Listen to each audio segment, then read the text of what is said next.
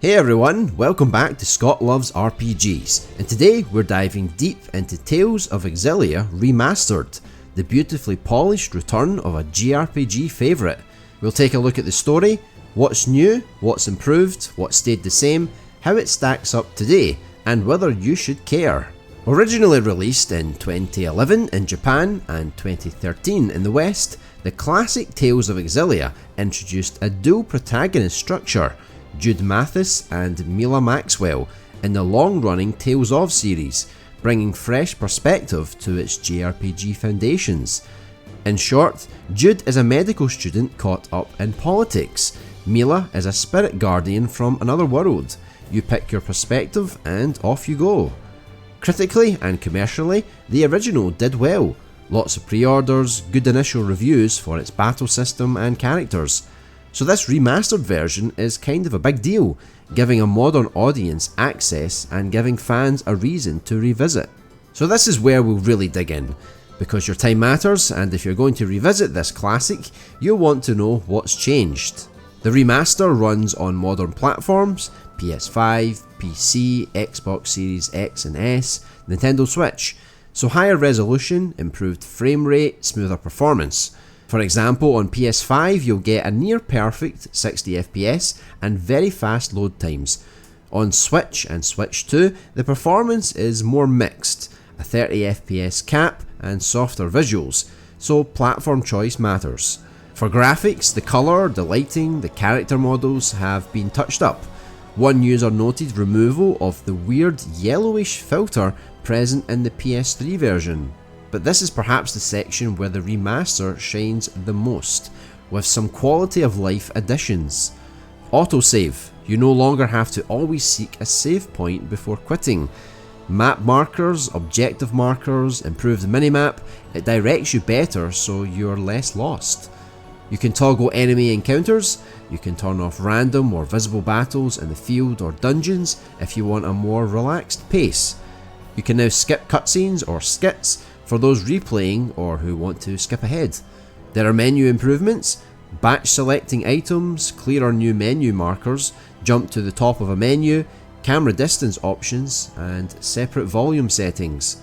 There's now a dash function, you can move faster on the field, which helps a lot with exploration. Grade shop access on first playthrough, normally New Game Plus bonus, but now you can access it from the first run with a starter allotment of grade points. There's also included DLC. The remaster bundles many of the original game's DLC costumes, items, and other extras. There are some language setting adjustments, minor text changes for age appropriateness in the English localization. But there's a lot that has stayed the same and remained faithful to the original. The core story remains, a world with humans and spirits, dual protagonists, the central narrative about balance and power. The main battle system, the linear motion battle system with link or chain mechanics, remains the heart of combat. Character builds, the Lilium Orb upgrade system, and gear skill progression remain essentially as the original, though maybe smoother. The original pacing, tone and story beats are largely unchanged. If you love the original for how it was, you'll recognise it.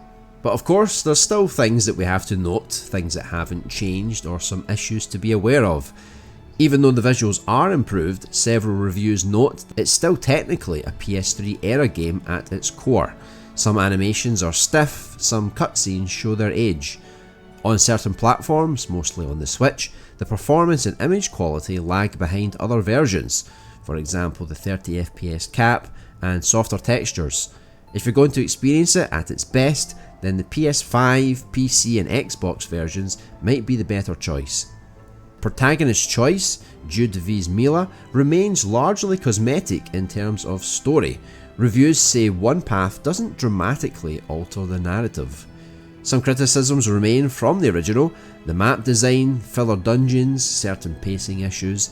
Even remastering doesn't magically fix all structural issues from the base game. On OpenCritic, the game is rated strong with an average of around 80. Reviews highlight an excellent and faithful remaster, the best way to play this game now, and smart quality of life improvements that really make a difference. But they also say not a full modern RPG, meaning you'll still see some dated elements. The real-time combo-heavy battles here are a blast, a huge emphasis on using skill points to unlock new abilities across a massive web of upgrades. Tales of Xillia Remastered is a strong return, enhancing with meaningful quality of life improvements and modern conveniences. But again, there's some concern over the Switch version's performance compared to other platforms. So in short, for fans and newcomers alike, this is the definitive version of the game, provided you pick a good platform and accept that it's still rooted in its time. For long-time fans of the series, if you loved Xillia back in the PS3 days, this is a great way to revisit it with modern polish, better flow and quality of life improvements. For those who skipped it originally, now's the perfect time to dive in. For newcomers, if you've got interest in JRPGs, especially action-orientated ones with real-time combat, as opposed to strictly turn-based, then this delivers a fun ride. If you're into character-driven stories, dual protagonist interplay and party development, this is a solid pick. So for the best experience, go with the PS5, PC or the Xbox version if possible. You'll benefit from the stronger performance and better visuals. If you are using the Switch version, then be aware that you may see compromises with the 30 FPS cap and the softer visuals. It's still playable, but maybe not the premium version. And you can also decide how you want to play, with the added features such as the autosave and toggling encounters, which make it friendly to both marathon sessions and more casual playthroughs. So where does that leave us? Well, my verdict for Tales of Xillia Remastered is highly recommended. It hits the sweet spot between nostalgia and modern convenience. It keeps what made the original special, the cast, the battle system, the story pace, and builds in enough features that make the experience comfortable for 2025 gaming expectations. So should you buy it? Well, yes, if you're into JRPGs and haven't played it yet or want to revisit, you appreciate action JRPGs with real-time combo mechanics, if you're playing it on a platform that gives you the best experience. If you only have a Switch, then it's really up to you if you can handle the lower performance.